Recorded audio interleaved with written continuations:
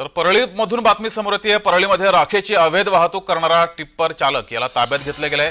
सरपंच अभिमन्यू क्षीरसागर यांच्या दुचाकीला चिरडल्यानं कारवाई केली गेली। बीडच्या परळी तालुक्यातील सौंदाणा येथील सरपंच क्षीरसागर यांच्या दुचाकीला अवैध राखेच्या डंपरनं धडक दिली होती आणि यामध्ये सरपंचाचा मृत्यू झालाय।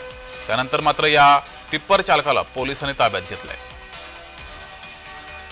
अधिक माहिती घेऊया, आपले प्रतिनिधी उद्धव मोरे आपल्या सोबत जोडलेत। उद्धव, टिप्पर चालकाला पोलिसांनी ताब्यात घेतलेला आहे, कुठून ही त्याला ताब्यात घेतलेला आहे, कशी कारवाई झाली आहे?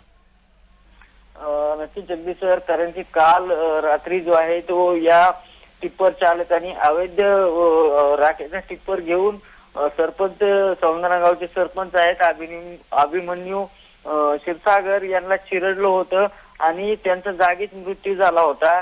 या सगळा अपघात झाल्यानंतर हा जो चालक आहे भोजराज देवकर नावाचा, हा त्या ठिकाणाहून फरार झाला होता।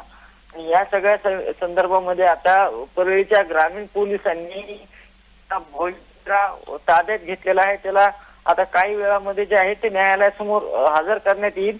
एकंदरीत बघितलं तर तडकाफडकी ही पोलिसांनी त्याला ताब्यात घेऊन कारवाई केलेली आहे।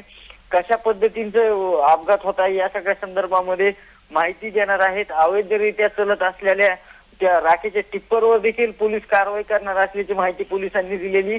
त्यामुळे आता या आरोपीला ताब्यात घेतल्यानंतर कशा पद्धतीची चौकशी पोलीस करतायत आणि यातून पुढे काय येतं हे बघणं महत्त्वाचं असणार आहे। धन्यवाद उद्धव दिलेल्या माहितीबद्दल।